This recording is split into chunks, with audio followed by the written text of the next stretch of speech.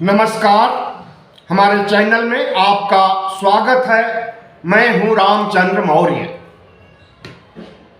साथियों, अगर आप पहली बार हमारे चैनल को देख रहे हैं तो इसे सब्सक्राइब जरूर कीजिएगा और वीडियो अच्छा लगे तो लाइक और शेयर भी जरूर कीजिएगा ताकि आपकी तरह अन्य लोग भी वीडियो से रूबरू हो सके और दिल्ली चुनाव की हकीकत से वाकिफ हो सके। चुनाव आयोग ने आचार संहिता लागू कर दिया।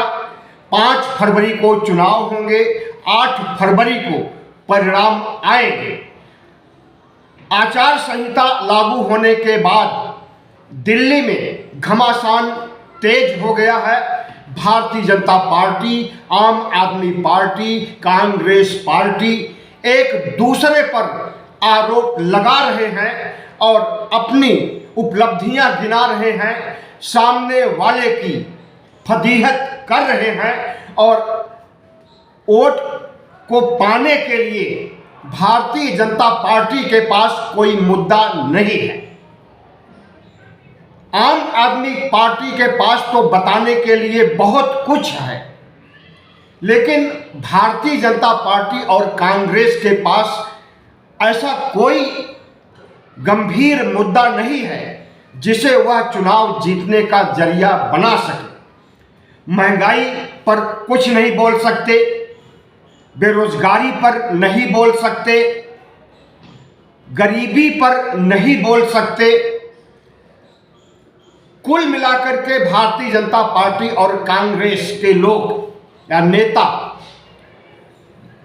अरविंद केजरीवाल के भ्रष्टाचार पर, शराब घोटाले पर अरविंद केजरीवाल और आम आदमी पार्टी को घेरने की कोशिश कर रहे हैं, लेकिन उस कोशिश में भी कामयाबी नहीं मिल रही है। भ्रष्टाचार के मामले में अरविंद केजरीवाल सहित इनके सभी बड़े नेताओं को जेल हुई और आरोप साबित नहीं हो सका, सबूत मिल नहीं सका, इसलिए सभी बड़े नेता छूट करके आ भी गए, जेल से रिहा हो गए। और अरविंद केजरीवाल आज से नहीं, लगभग 3 महीने पहले जब वह जेल से छूट करके आए थे, उसी समय से चुनाव प्रचार में जुट गए हैं। अरविंद केजरीवाल ने जेल से आने के बाद कहा था कि अगर हमें दिल्ली की जनता भ्रष्टाचार में लिप्त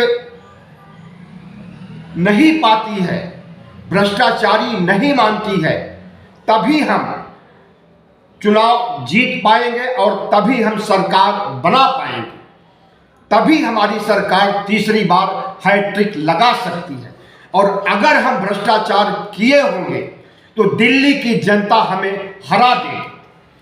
उसी समय से वह चुनाव प्रचार में जुट गए और लगभग 1 महीने पहले सभी 70 सीटों पर टिकट का बंटवारा भी कर दिया।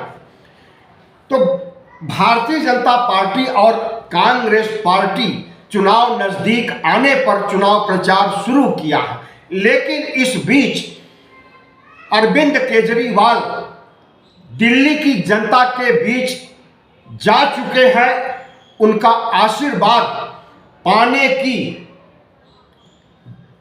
जुगत लगा चुके हैं और उनके ऊपर जो भ्रष्टाचार के आरोप लगाए जा रहे हैं उसे सिरे से खारिज कर चुके हैं अरविंद केजरीवाल।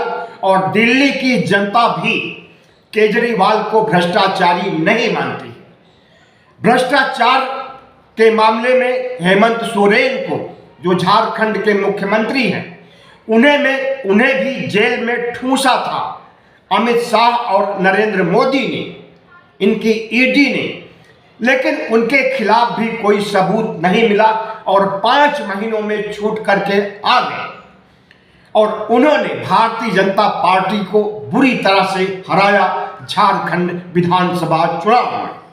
वही हाल दिल्ली में भी होने जा रहा है और दिल्ली में भी घर घर जा करके जिस तरह से अरविंद केजरीवाल ने नरेंद्र मोदी के इस कुत्सित प्रयास को उजागर करने का काम किया कि उन्हें जबरन भ्रष्टाचारी ठहराया गया, उन्हें जबरन जेल में ठूसा गया।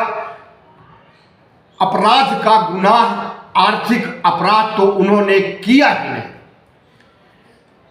भारतीय जनता पार्टी अरविंद केजरीवाल को शीश महल के आधार पर अरविंद केजरीवाल ने मुख्यमंत्री निवास बनवाया था। उस मुख्यमंत्री निवास को लेकर भारतीय जनता पार्टी और कांग्रेस घेरने का काम कर रही है आम आदमी पार्टी को, और एक से एक घटिया और झूठे आरोप लगाए जा रहे हैं।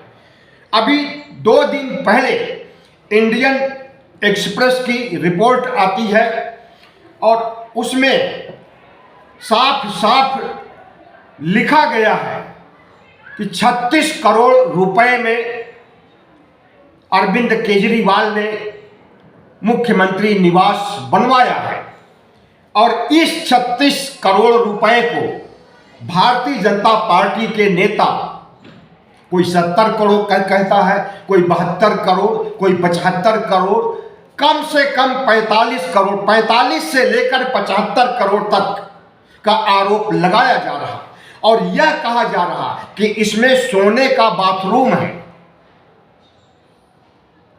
जिम है,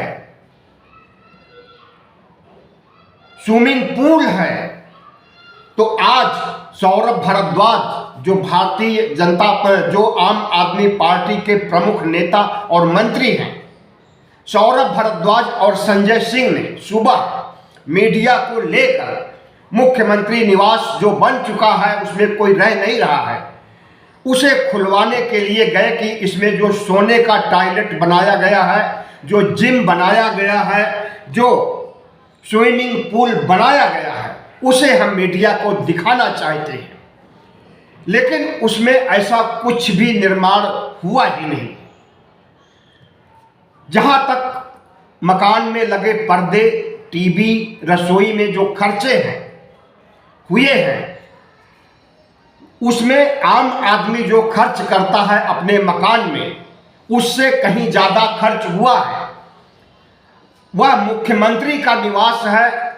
जो भी मुख्यमंत्री बनेगा, आम आदमी पार्टी जब तक सत्ता में रहेगी तब तक उसका मुख्यमंत्री रहेगा, लेकिन जिस दिन आम आदमी पार्टी की हार होगी, उस दिन मुख्यमंत्री बदलेगा तो उसी निवास में रहेगा। यह अरविंद केजरीवाल का निजी मकान नहीं है, सरकारी खर्चे से सरकारी मकान बनाया गया है, लेकिन इसे अरविंद केजरीवाल के निजी मकान के रूप में ऐसा दुष्प्रचार किया जा रहा है, ऐसा दुष्प्रचार किया जा रहा है कि अरविंद केजरीवाल को घेरने के लिए, उन्हें भ्रष्टाचारी साबित करने के लिए जिस जिस तरह के आरोप लगाए जा रहे हैं, दिल्ली की जनता में उसका रिएक्शन नहीं है। दिल्ली की जनता में रिएक्शन है, लेकिन अरविंद केजरीवाल ने 10 सालों में जो काम किया है, हम समझते हैं कि वह भारतवर्ष में कोई भी राज्य उस तरह का काम नहीं किया होगा। और लाभकारी जितनी योजनाएं गरीबों के पक्ष में अरविंद केजरीवाल ने दिल्ली में लागू किया है, और इसी दिल्ली मॉडल को अपना करके नरेंद्र मोदी हरियाणा का चुनाव जीतते हैं, महाराष्ट्र का चुनाव जीतते हैं, और इसी दिल्ली मॉडल को लागू करके इंडिया गठबंधन जम्मू कश्मीर का चुनाव जीतता है, झारखंड का चुनाव जीतता है। फ्री बीज यानी लाभकारी योजनाएं देना गलत नहीं है। जनता के टैक्स से पैसा आता है और वह जनता पर खर्च होना ही चाहिए। प्रधानमंत्री नरेंद्र मोदी अडानी अंबानी पर खर्च कर देते हैं।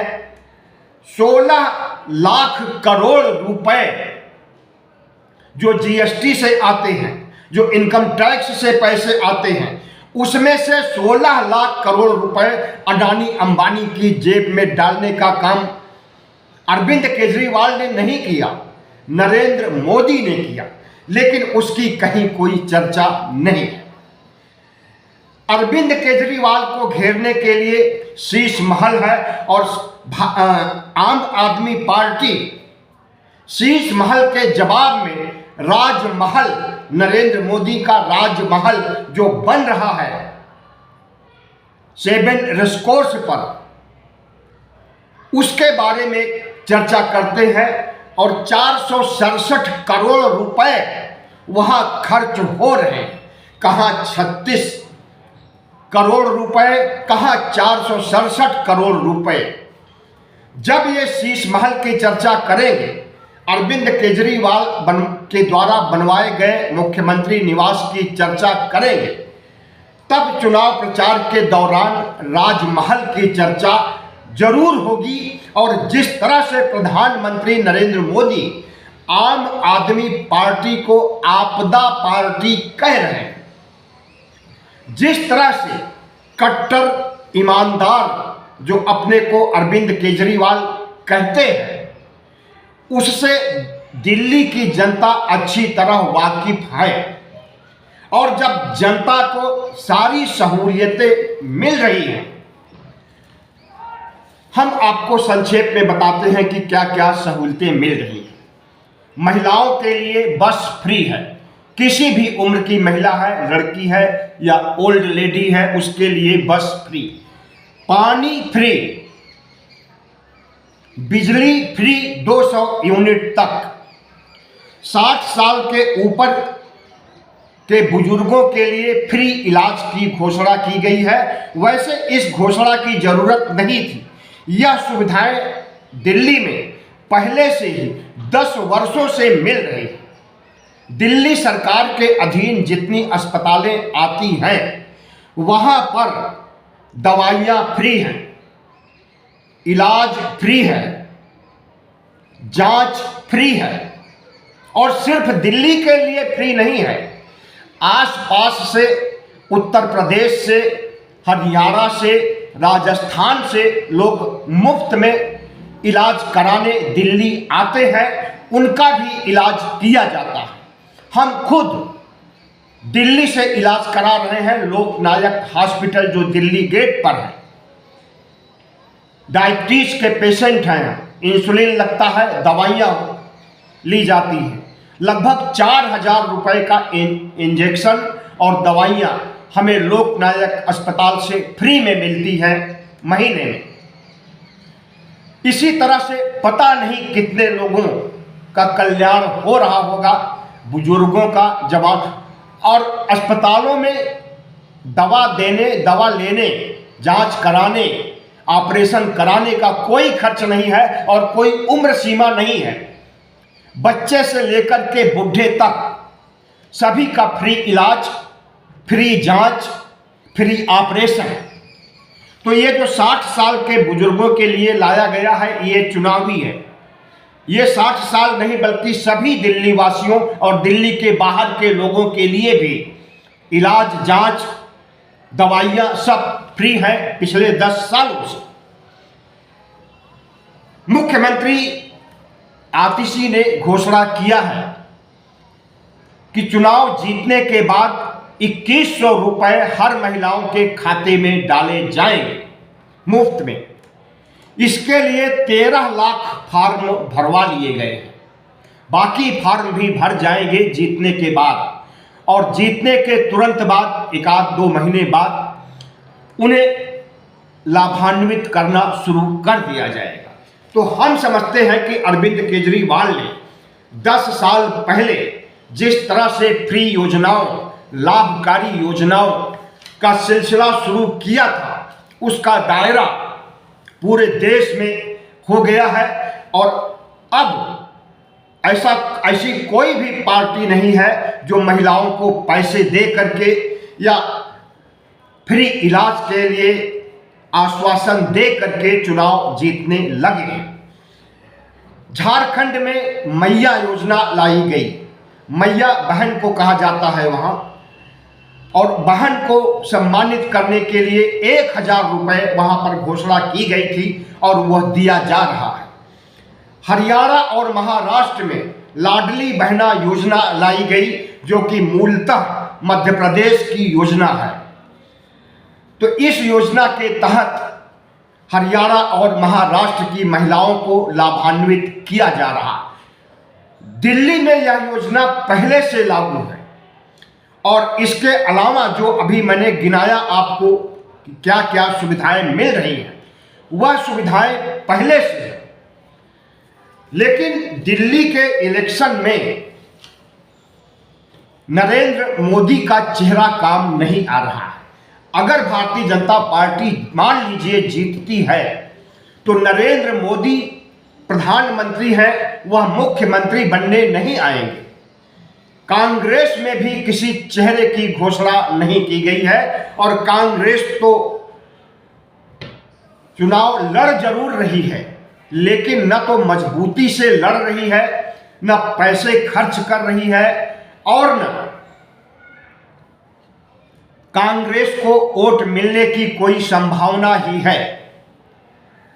इंडिया गठबंधन के घटक दल कांग्रेस आम आदमी पार्टी भी है, तो कांग्रेस के शीर्ष नेतृत्व का मानना है कि दिल्ली कांग्रेस के लोग चुनाव लड़ रहे हैं और राष्ट्रीय स्तर पर जो इंडिया गठबंधन और आम आदमी पार्टी का अलायंस है उस पर कोई फर्क नहीं पड़ेगा और जो कुछ भी कड़वाहट दिल्ली इलेक्शन के दौरान है इसे मिल बैठ करके शांत कर दिया जाएगा। चुनाव के बाद कांग्रेस को पता है कि उसे 2015 में 2020 में एक भी सीट नहीं मिली थी, 4% वोट मिले थे।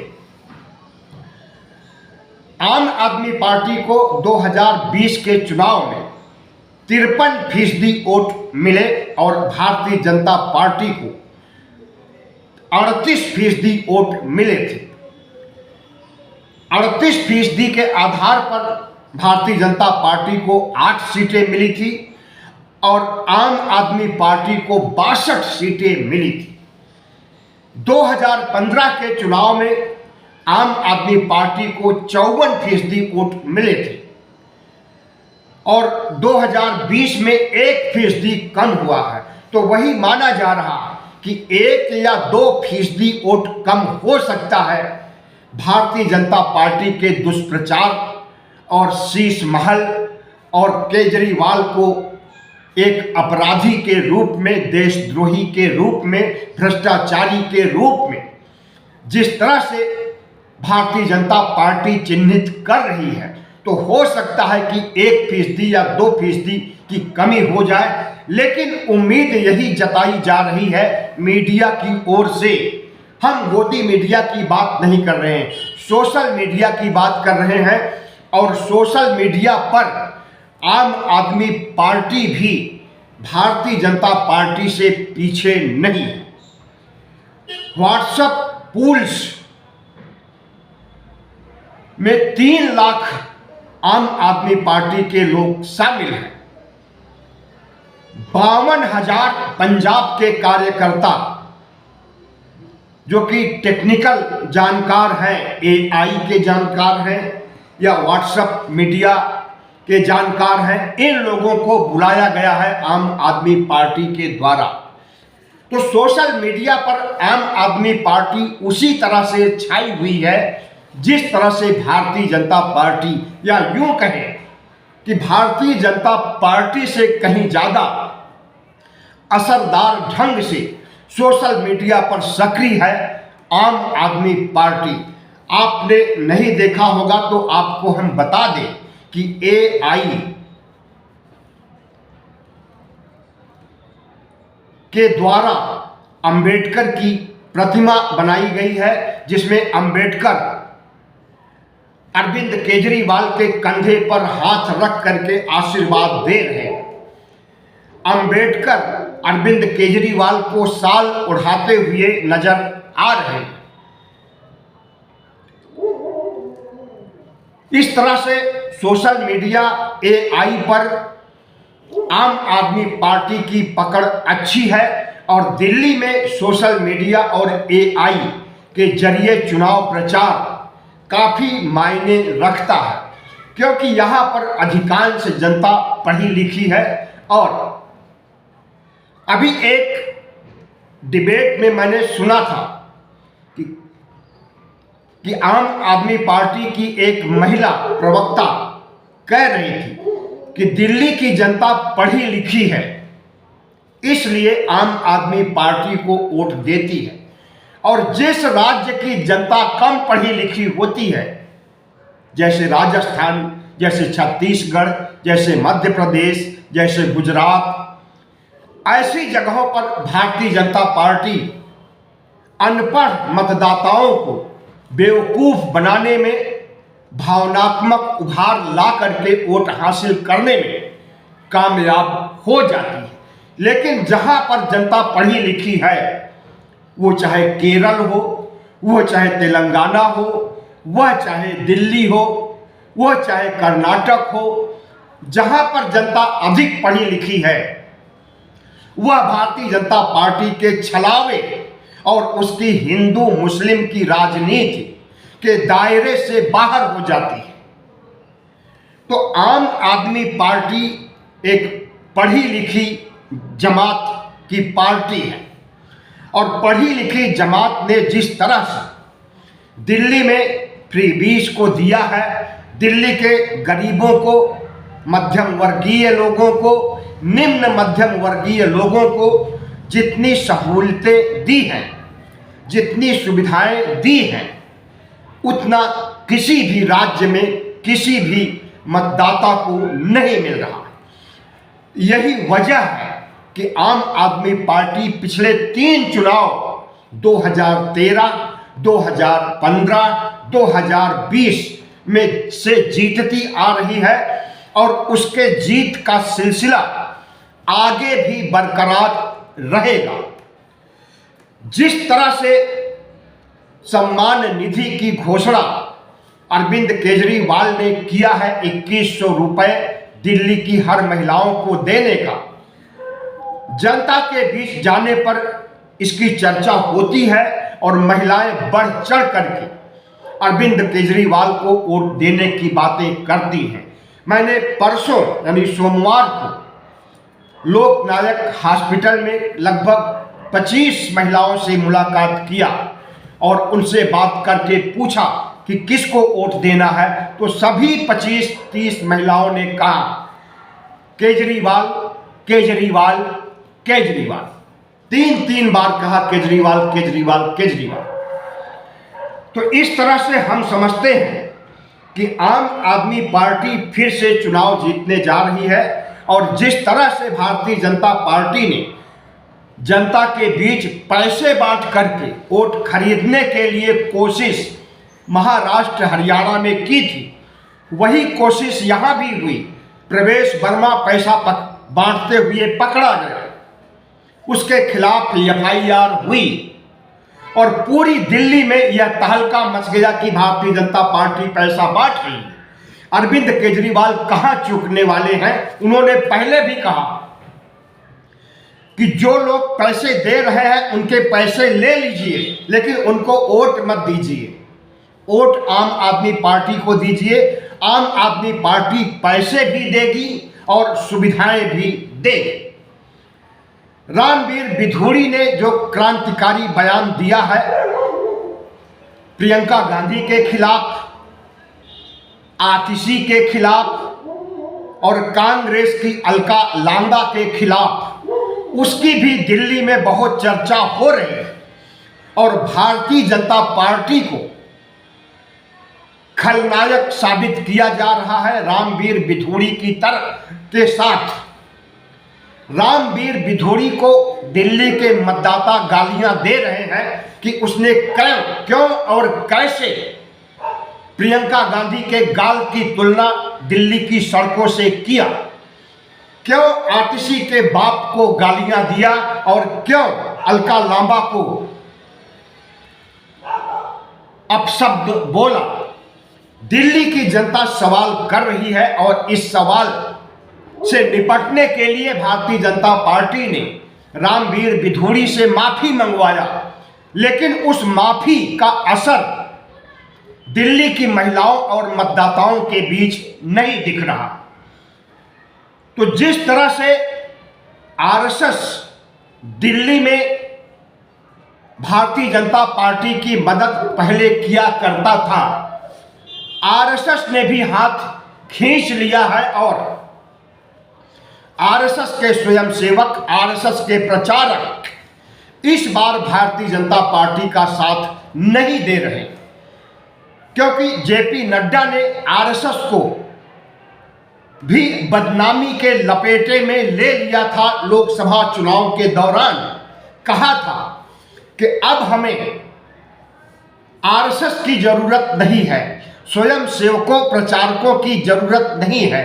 भारतीय जनता पार्टी इतना सक्षम हो गई है, दुनिया की नंबर 1 पार्टी हो गई है कि वह खुद ही चुनाव जीत लेगी। और नतीजा यह निकला कि परिणाम आने पर बैसाखियों पर सरकार बनानी पड़ी।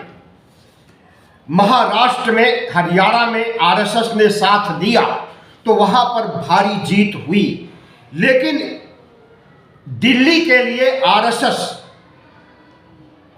भारतीय जनता पार्टी के साथ खड़ा नहीं है, क्योंकि अरविंद केजरीवाल ने मोहन भागवत को थोड़े समय पहले चिट्ठी लिखी थी और उस चिट्ठी में लिखा था कि जिस तरह से भारतीय जनता पार्टी झूठ का नैरेटिव चला रही है, जिस तरह से पैसे बांट रही है, जिस तरह से आम आदमी पार्टी को बदनाम करके अपनी लकीर बड़ी करने की कोशिश कर रही है, इस पर आरएसएस से सवाल पूछे गए और उसके बाद आरएसएस हाथ खींच लिया भारतीय जनता पार्टी का समर्थन करने से।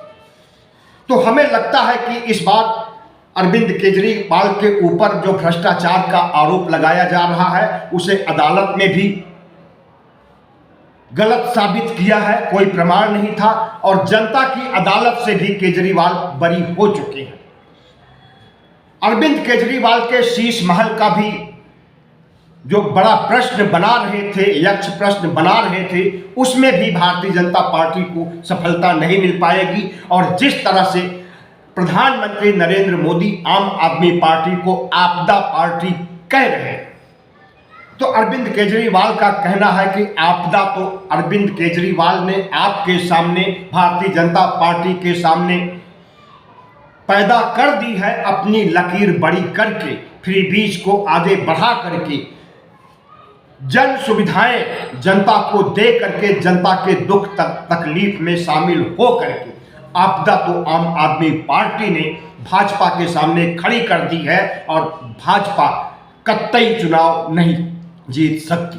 बहुत बहुत धन्यवाद।